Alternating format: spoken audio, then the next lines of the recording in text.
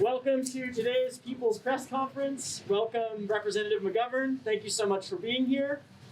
Today we're here to talk about three issues. We want to end blanket sanctions against Venezuela. We want to finally end the blockade against Cuba. And we want to stop U.S. military aid to Israel. So thank you so much, everyone, for coming. And first, I'm the fake MC. I'm going to introduce you to the real MC today, Hector Figuerella. He is a local Venezuelan American paramedic, peace activist, social justice activist.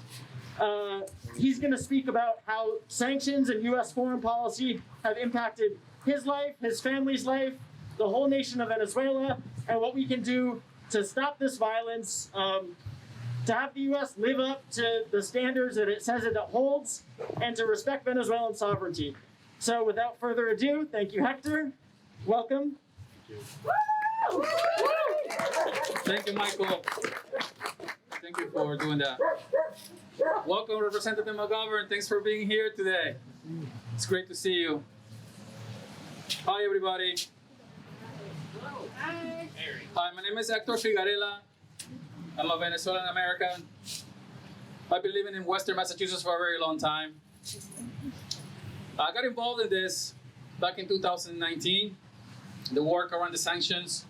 That's when we started meeting with Representative McGovern back then. So it's been a long 2 years. And in those 2 years, a lot has happened. Over the past 2 years, a lot of people have died in Venezuela. The Center for Economic and Policy Research out of Washington, D.C. did a study. When the sanctions were imposed, the draconian sanctions were imposed back in 2017 by the Trump administration, just in the 1 year, over 40,000 Venezuelans died from preventable causes. We're talking about from lack of medicine, lack of access to food. But the key thing has been the medicine.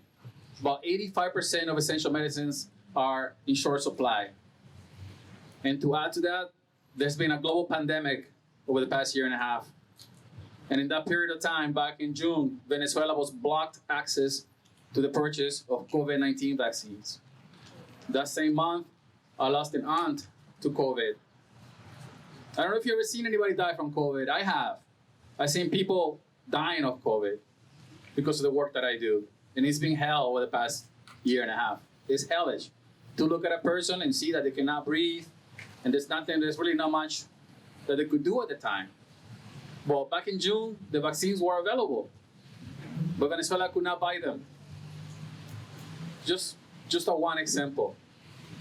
My father died in 2017 because he didn't have access to anticoagulants or blood thinners. He had a massive blood clot and died. There was nothing anybody could do. The following year, an uncle died from malaria. There was no access to the malaria medication that he needed to survive, and he also died. And just a few months ago, my godmother, who has suffered from asthma for a very long time, basically suffocated to death because she didn't have the particular medicine or the oxygen that she needed to stay alive. I see people with breathing difficulties on the job that I do, and I'm able to help them because I had the medicines that help people breathe. She didn't have that. And she didn't have that because the United States government has placed a blockade, draconian, brutal blockade against the people of Venezuela. The United Nations has stated that this particular blanket sanctions that affect an entire population is illegal under international law. It should not be allowed to happen, but it continues to happen. And just recently, before Trump left office, diesel fuel was added to the list of sanctions. So guess what diesel fuel is for? It's used for transportation, and it's used to transport food from the farmers' fields to the city. So farmers are losing their crops because they don't know how to move. They can't move the food to the cities. So people are going hungry. People are dying from preventable causes. And it needs to stop. It needs to stop.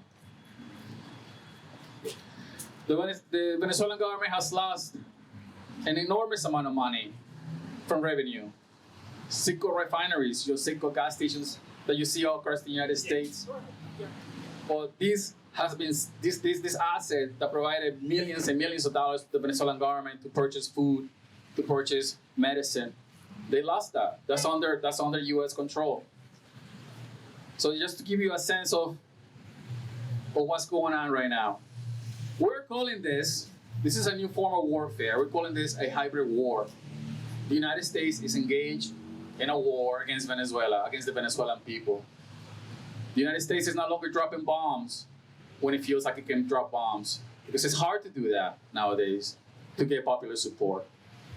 But most people in the US don't know the effect of the sanctions on the ground, the people are actually feeling that. So you don't have to drop bombs. You just subjugate an entire population, squeeze them, kill them, slowly and silently. But we're here to let the world know that it has to stop, because it cannot continue. People are dying. People are dying. I also want to say there are a couple of things I don't want to forget.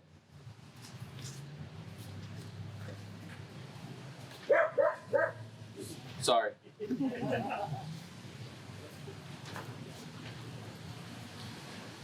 That I don't want to forget that we're here. We're calling this a People's Press Conference. We're glad that you're here with us. We're glad to see Representative McGovern being here with us. We really appreciate that. We appreciate your leadership in this issue. There are things that we had discussed with you over the past couple of years, and you have come through with a couple of things. The briefing on Venezuela that happened at least a year ago, and most recently, an open letter to President Biden. I encourage you guys to read that letter. It's a very powerful letter written by Representative McGovern, asking the President of the United States in an open letter to please stop using the well-being of the Venezuelan people as a bargaining chip. And that it's time for a new course of action, or policy change in regards to Venezuela. I just also want to say that for those that things are happening in Venezuela, I want to point out that the Venezuelan socialist model is looking to build things from the ground up. They have communes, comunas, where entire neighborhoods are organized around food justice, food access, medicine, security, sports. They have their own governing body. And the ultimate purpose of this model is to have the country being run from the ground up, where the people at the bottom make the decisions that impact their lives. And that's why the socialist revolution of Venezuela that puts people and planet first is a real danger to capitalism. It's a real danger to empire. And that's why they're trying to destroy it. That's why they're trying to crush it. And that's why they don't want it to survive. But it's moving forward. And the fact that you're here today listening to us goes a long way. It means that things are changing. So thank you all for being here in support for the people of Venezuela, Cuba, and Palestine. Representative McGovern, thanks for being here again. Thank you for writing that letter. And we wanted to ask you what next. That's why we're here also. We wanted to ask you what next. What can you do moving forward to push this issue forward, to get people to talk about it, and to push some kind of legislation that will have some kind of impact in lifting the sanctions? And for that, you need support from your colleagues. We have a letter here today that we drafted using your own language, modified it a little bit. And in that letter, we're hoping that you can take this letter, just like you've done with the letter in Cuba, and ask your fellow members of Congress to sign on. To sign on, to say that enough is enough, stop needlessly killing people in Venezuela because you have some kind of political role that you want to achieve. These are lives we're talking about. Thank you guys. Thank you for being here.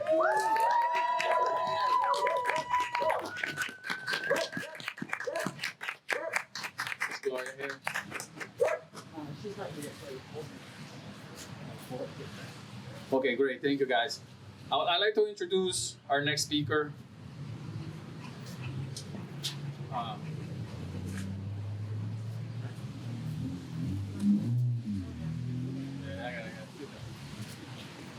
So we got Cole Harrison. He's the director of MAPA, Mass Peace Action. They're a member of our coalition. They do great work here in Massachusetts, and we're happy to have him with us here today. Cole, thank you so much for being here with us. Thank you so much, Hector. So my task here today is to talk about Free Palestine. We have a real problem with U.S. policy in the Middle East. We have Israel occupying Palestinian territory. They're occupying the West Bank. They're occupying the Galilee. They're occupying East Jerusalem, which they have annexed. And they're occupying the Gaza Strip.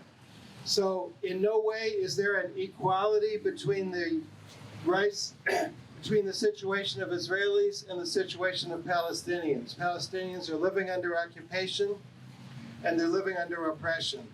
Unfortunately, our government has a very one-sided policy. And that applies to both the president, that applies to Congress.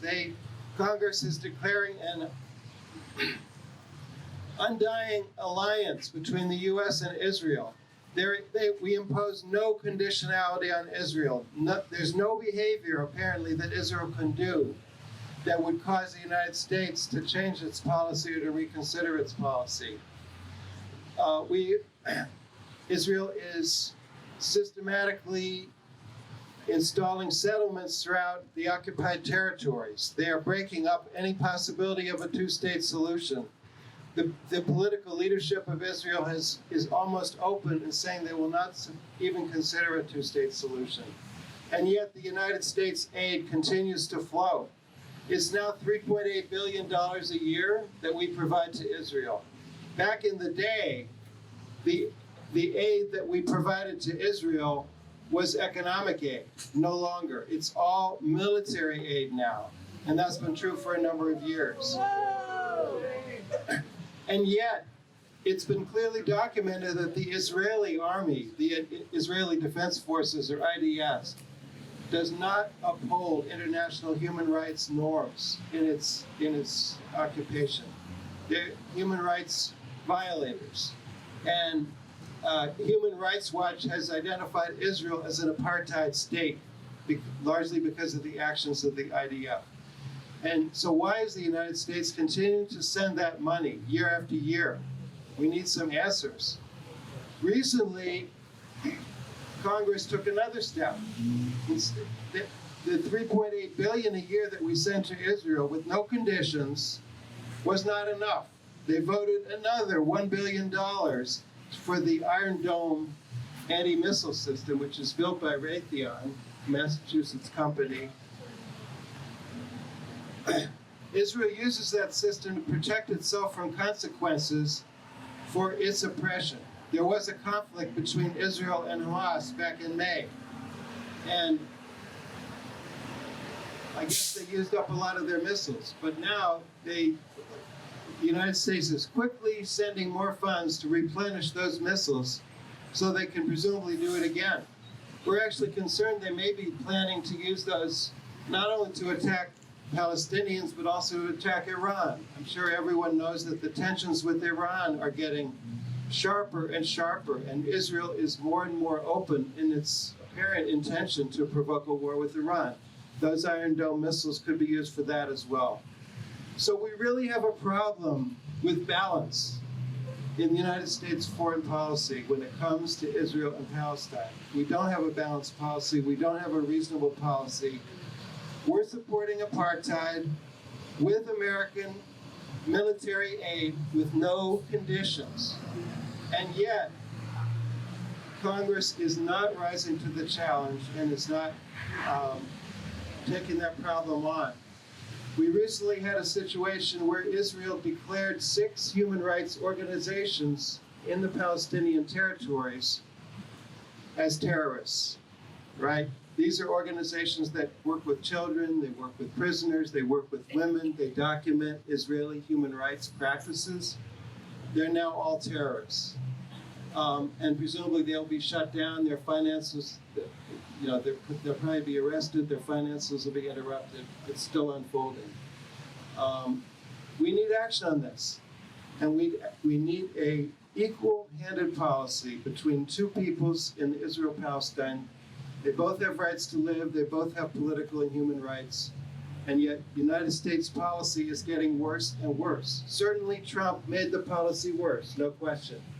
Unfortunately, Biden hasn't brought it back to where it was with Obama. He hasn't. He hasn't done anything to reclaim, to challenge the Israeli annexation of Jerusalem, to do any of the things that Trump legalized. Israel is more and more open now with legalizing more and more settlements in the West Bank. The United States says nothing about it. So when is it going to stop? And when is our political leadership going to step forward? So that's so on this one, Jim, Representative McGovern, we also drafted a letter that we suggest you circulate.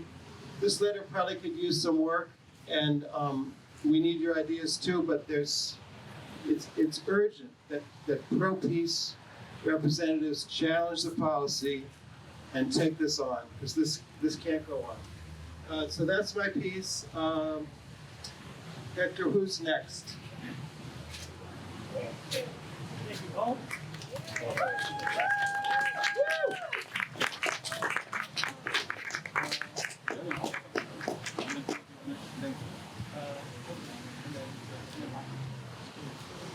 All right, thank you. Thank you so much. All right, how about a chant, guys? All right, here we go. Ready? Palestina, amigos, el pueblo está contigo. Palestina, amigos, el pueblo está contigo. Palestina, amigos, el pueblo está contigo. Excuse me.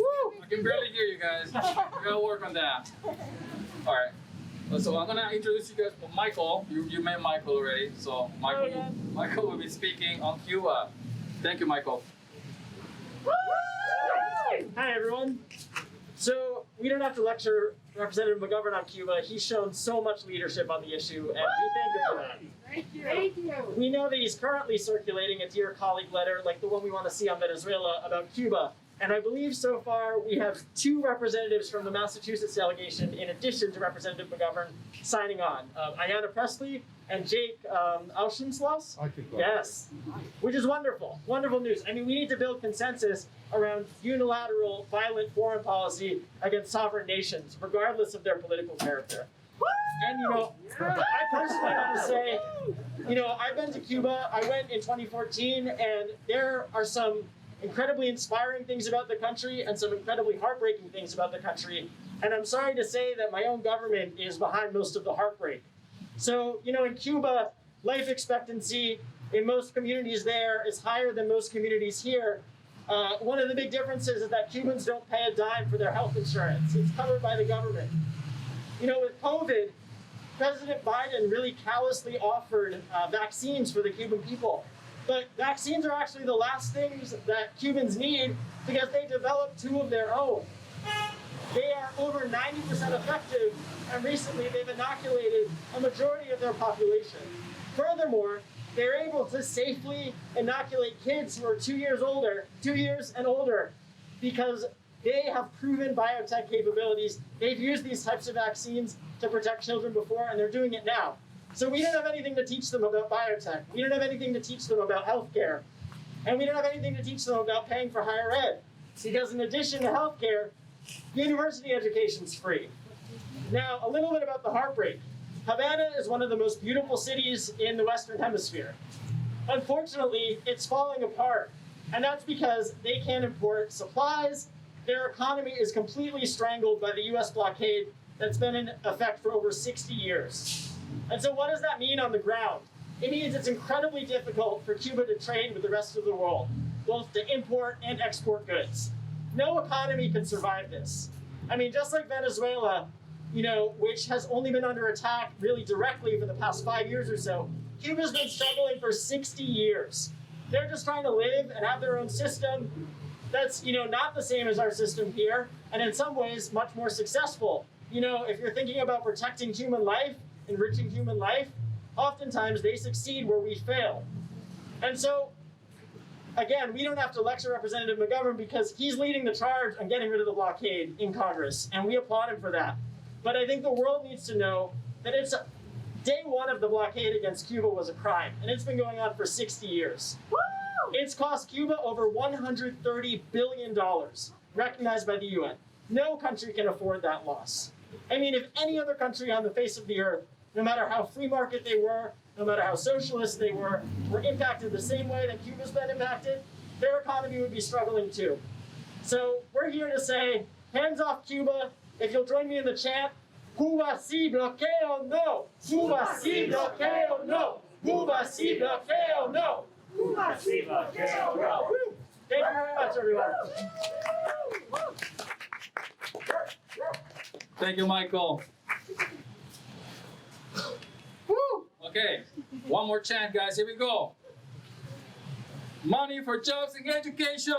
Money for jobs and education.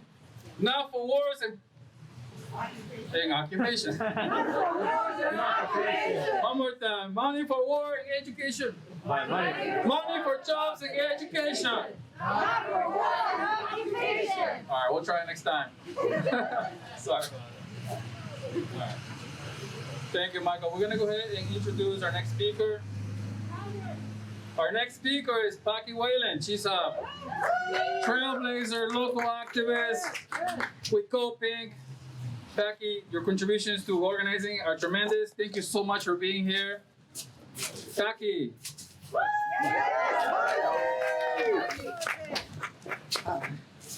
It's wonderful to be here with all of you, and it's wonderful that the sky stopped raining.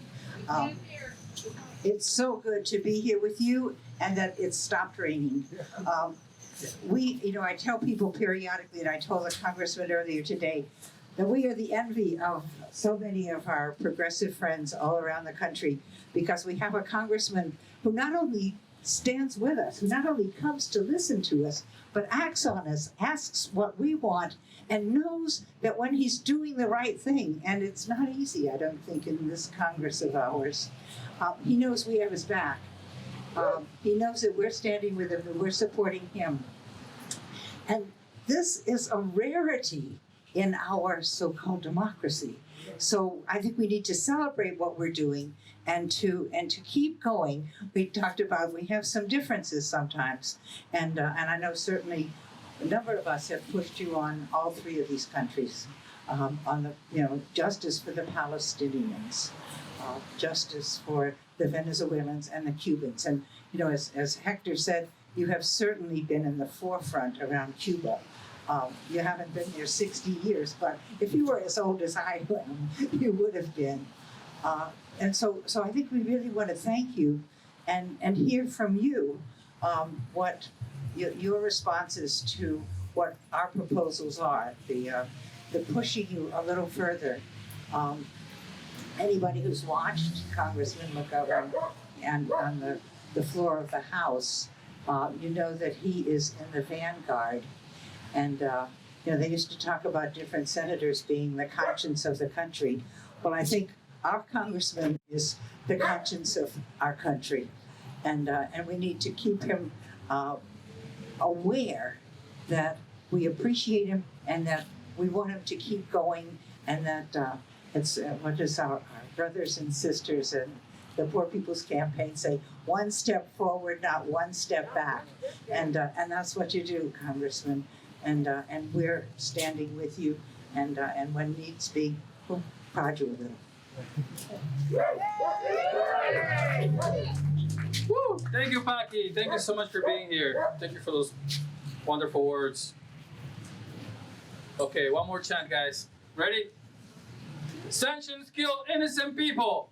Sanctions kill innocent people. Lift the sanctions now. Lift the sanctions now. One more time. Sanctions kill innocent people. Sanctions kill innocent people. Lift the sanctions now. Lift the sanctions now. That's right.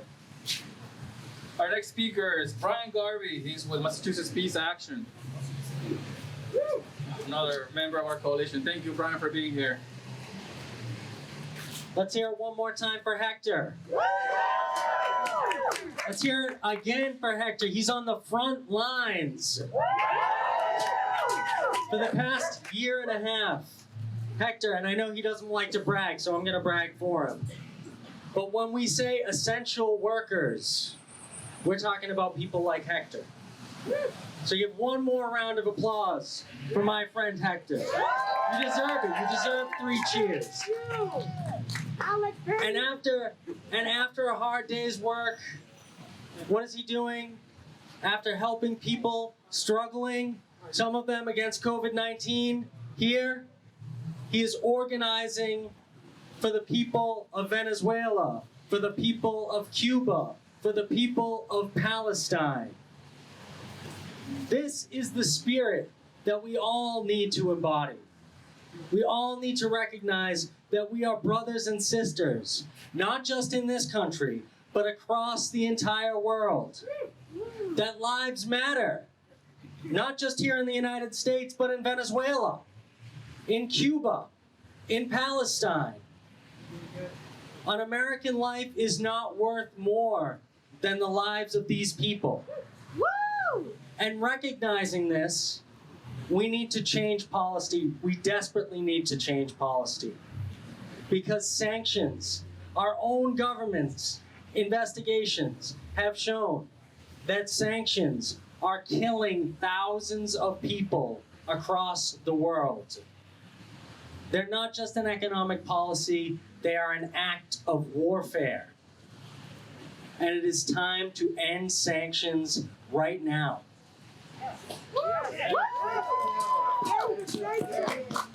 Now let's get political for a second, right? Because Donald Trump, I don't think there's probably a fan of Donald Trump in the audience, but he introduced something called a maximum pressure campaign to make the economies of countries like Venezuela and Cuba and countries like Iran scream.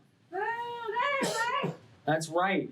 To pressure these people, to make the people feel pain, to deprive them of medicine, to deprive them of food, to deprive them of medical devices. I heard a story of a man from Iran who had a family member who was in a wheelchair. And the only reason he was in a wheelchair was because he couldn't get a simple medical device that would allow him to walk. When we talk about human rights in this country, does that sound like we're supporting human rights? No! Inhumane! It's absolutely inhumane.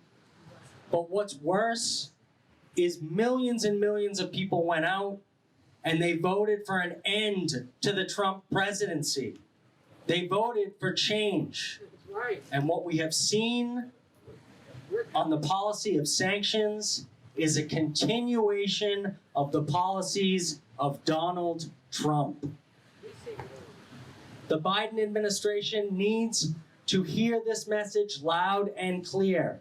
You cannot continue the policies of Donald Trump when it comes to the lives of people around the world and expect folks of good conscience in the United States to remain silent about it. No. Is that why you're here? Yeah. We will not be silent. We will not. Right now, what is desperately needed is progressive leadership in this country. And that's why we're here. Because we know that Rep. McGovern is a progressive leader. And as Paki just said, really represents the conscience that we're talking about. We desperately need a change to this policy with Venezuela. I'll quote Rep. McGovern's great letter. The Biden administration can no longer use the well-being of the Venezuelan people as a political bargaining chip. It is time for other ways to get his foreign policy accomplished. So I want to thank you, Rep. McGovern, for those strong words and for continuing to echo this message in the halls of Congress. And we implore you, we need your leadership. We need it right now. Bring your colleagues along with you, and the people will have your back. Yeah. So thank you all. I'm going to turn it back over to Selena. Thank you, Vern. Our MCs are interviewing with Channel 22. So Just stepping in, I'm going to introduce Angel Ortiz, who is the co-chair of River Valley DSA, is our last quick speaker before turning the mic over to Congressman McGovern. And again, Congressman, thank you for being here and for listening to your constituents. We appreciate it.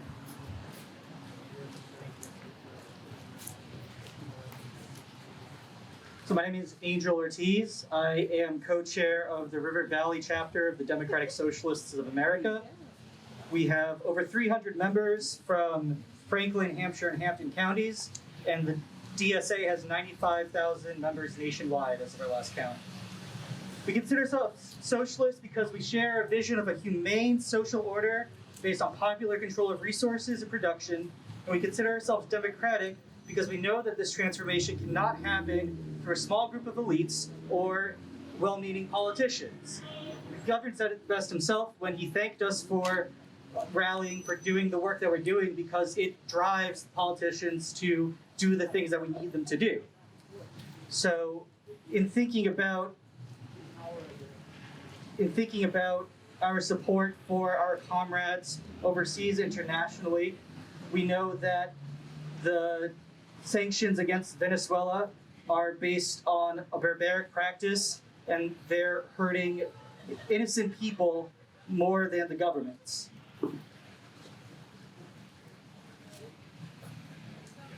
One of the central tenets of the Democratic Socialists of America is anti-imperialism. Woo! Woo! International solidarity and immigration justice. We understand that the DSA operates in the heart of a global capitalist empire, and that the only way we can start undoing the bloody effects of the endless wars and austerity and other atrocities that the U.S. has done in service of capital is to impose imperialism wherever we can. We stand in solidarity with the working class of Cuba and Venezuela, and we demand an end to the cruel, unjust sanctions and blockade. We know that sanctions never hurt the ruling class, and that they are the ones who are forced to endure the brunt of the endless rage. So, thank you all for coming today. This is very important work, and thank you, McGovern, for being here as well.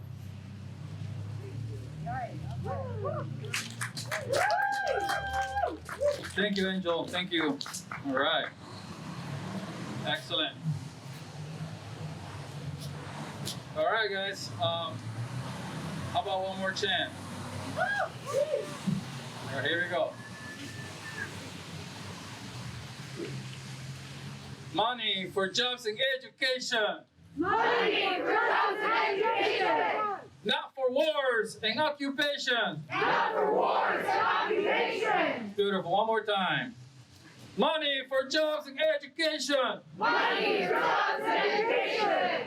Not for wars and occupation. Not for wars and occupation. Wonderful. All right, so we're at the time of the event where we'd like to ask Representative McGovern to come forward and share some words with us. Thank you so much for being here, sir. I'd like to give you the draft letter that we have put together. We like for you to take a look at it and consider what we asked, going to your fellow members of Congress and asking for support in lifting the sanctions against Venezuela. Stop using, in your words, stop using the well-being of the Venezuelan people as a bargaining chip. And another way of doing business, dealing with Venezuela is needed at this particular time. So thank you for being here, and the floor is yours.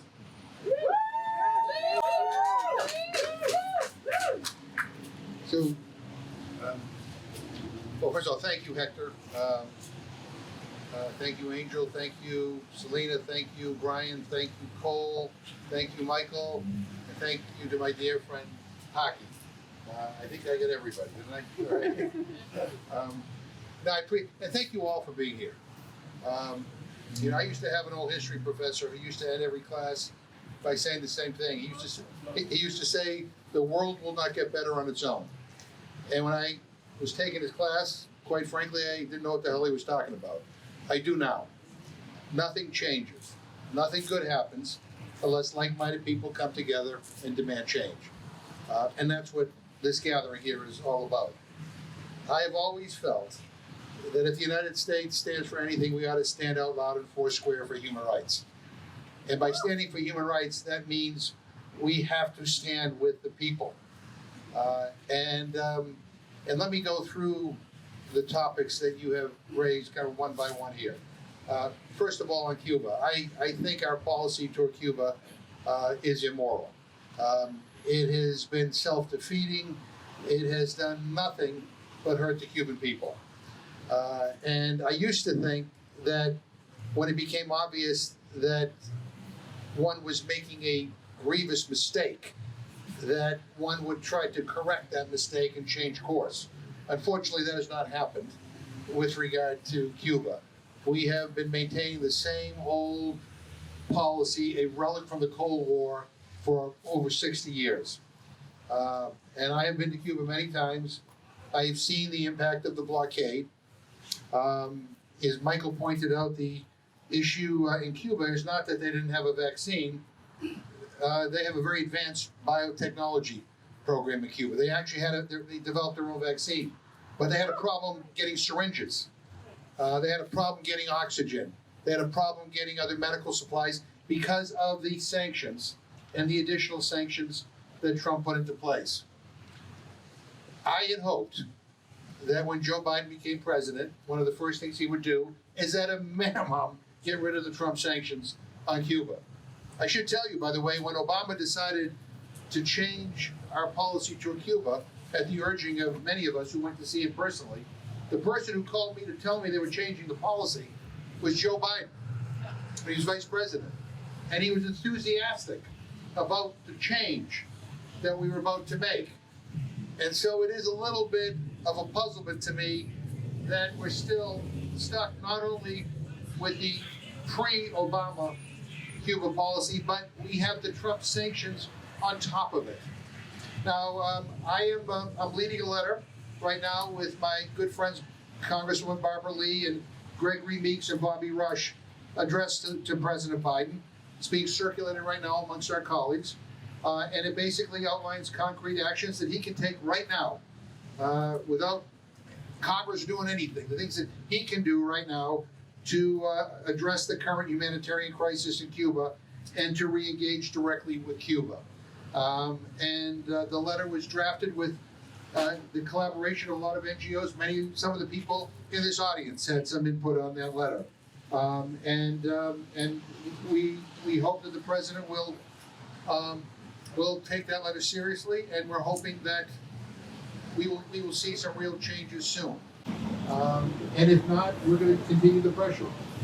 So you have my promise that we're not going away on this. In fact, we're just going to get louder and louder and louder until we do the right thing with Cuba. I've learned a lot about Venezuela from Hector and from others that are gathered here today. And I agree with you that we should oppose broad sectoral sanctions, not only in Venezuela, but quite frankly, in other countries around the world. Hear, hear. Again, Hear. again, people have philosophical and ideological and even moral differences with various leaders around the world. You can fight it out, with them one-on-one, across a negotiating table or at the UN. But to impose these broad sectoral sanctions, it doesn't hurt the people that you claim you don't like, but it hurts is regular people. Yes. We see that in Venezuela. I was in Colombia a few weeks ago. A lot of Venezuelans are crossing the border into Colombia. And I asked the Colombian government officials, who are staunch allies of the United States, and if we want to talk about human rights violations, we should have another discussion about what's happening in Colombia. But even they admitted that the people coming from Venezuela are mostly economic migrants. They can't earn a living in Venezuela. They can't put food on the table for their families in Venezuela because of our sanctions. So in addition to hurting regular people in Venezuela, we are creating a migration crisis as well. So look, the time has come to reevaluate not only our our approach to Venezuela, but to a number of other countries around the world. We did a hearing in the Tom Landers Human Rights Commission as a result of meeting with many of you here today. I thought it was a good hearing. We did the letter that a number of people have referred to because of the input and the suggestions of many of the people gathered here today. Pepper just handed me a letter. I will look at it, and we'll have a discussion about how we proceed. But there needs to be a next step because we need to have a discussion in Washington about what an appropriate policy should be in Venezuela and in Cuba and in other countries around the world. So I thank you for the draft letter, and I will review it and I will take it into consideration, and we will have further conversations. My friend Cole talked about Palestinian rights. I made public today a letter that I sent to Secretary Blinken, on Wednesday, asking that he clearly reject and condemn the Israeli government's designation of 6 Palestinian human rights and civil society NGOs as terrorist groups. Here, here. Hey, bravo. I held a hearing at the end of October that focused on how government abuse, counterterrorism laws are used to stigmatize and silence their critics and criminalize their work. The groups that have been named, as far as I can tell, are legitimate human rights organizations. And it doesn't matter whether or not a country we consider a friend or an adversary. Human rights organizations are human rights organizations are human rights organizations. And if we start making exceptions to that, then we are going down a very slippery slope. And so I had a chance to ask the question about these designations directly to the UN Special Rapporteur on these, and she said clearly and strongly that these 6 Palestinian NGOs are among the most respected, and that Israel's designation is an example of governments using counterterrorism laws to silence critics and civil society activists. And so I will let you know on the response that I get on that. I also joined a letter led by Wisconsin Congressman Mark Pocan. The letter asked Secretary of State Blinken to pressure Israel to stop plans to build, quote, doomsday settlements in the E1 area of the West Bank. I oppose the settlements, let alone the relentless expansion of Israel in East Jerusalem and the West Bank. There needs to be a much stronger effort by the U.S. and the international community to stop that. And so, and I handed me I got a letter from Cole. I'm happy to review that as well, and get back to you with our response to that. Let me just say finally. Sure. This is the time with a new administration to have a comprehensive conversation about what our foreign policy should be around the world, how we should approach other countries, including countries we have strong disagreements with. And I would like to think that in that comprehensive discussion, we can agree that we should not do anything to make the lives of ordinary people more miserable. We're a big country. We have a lot of influence. We have a lot of power. We have a lot of economic juice. Our blockades can result in a lot of misery. We've seen that happen. And not only the countries we're talking about here today, but other countries as well. So it's time to re-examine that. And we have to have, I'm hoping that others in the Massachusetts delegation will join with us on some of these conversations. Because at the end of the day, we talk a lot about national security. At the end of the day, our national security interests are best served when average people around the world are treated with dignity and respect. Here, here. Yes, yes. Here, here. And as I said before, I really do believe that the United States has an obligation and has a responsibility to be a spokesperson and a leader in the area of human rights. We need to do a better job. We're not living up to the lofty standards that we say we all want to live up to. So I welcome this gathering here today, welcome this conversation, this ongoing conversation, by the way. I don't know everything. I don't think of everything. Sometimes I have opinions or judgments that maybe you cause me to rethink them. And I welcome that. That's what this is. That's the way this system is supposed to operate here. But please know, I hear you loud and clear. I've got some recommendations. I will review them, and I look forward to continuing this conversation. And I don't think it's a coincidence, by the way. As I was driving through Northampton earlier today, I thought I needed a gondola to get here because it rained so much. But it just, as it happens, your arrival here today, the sky cleared. So, you know, maybe there's a message in that as well. But I thank you very much for being here and look forward to our continuing discussion. All the best. Congressman, one question. Can you tell us to what you could commit moving forward around the issue of the census in Venezuela? What concrete?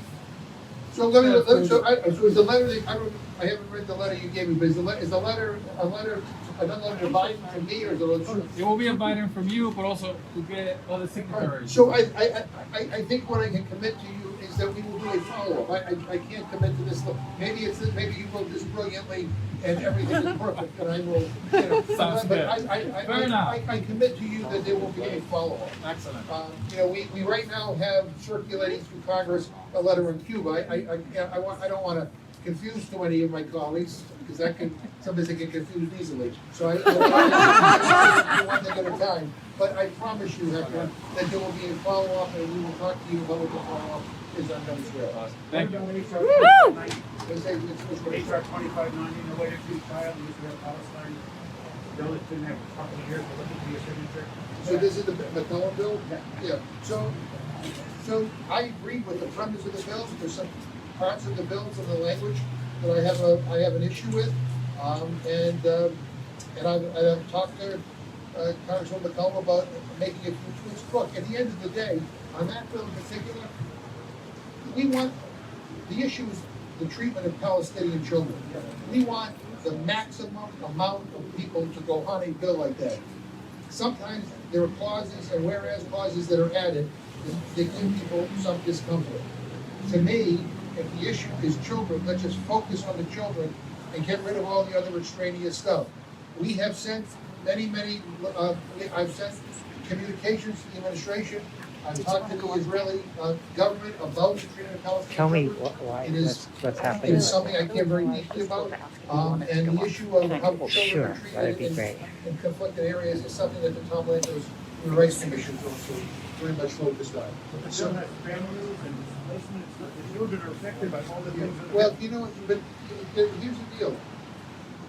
We have to be strategic here. We have to make sure we write bills that focus in on things that get people together.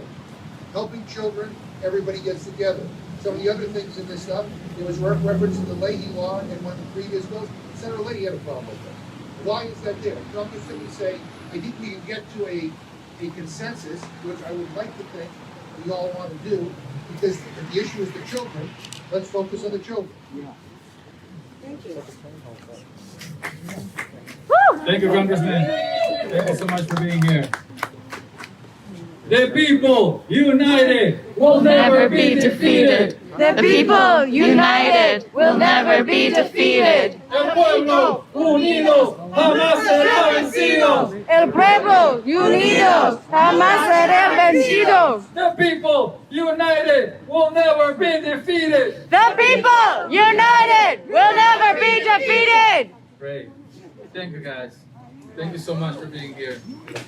Thank you, Congressman. Thank you all for being here today. Really, really appreciate it. We got one more. What do they want? When do they want it? Now! What do they want? Sovereignty! When do they want it? Now! Yeah. Thank you guys. If you have not signed up, sign in. Oh, shoot. We have sign-in sheets around. If you want to learn more, get on our mailing list. And you'll hear more about next steps, next actions. Thank you so much, you beautiful people, for being here. We really appreciate you coming out. Thank you. And get home safe. Woo!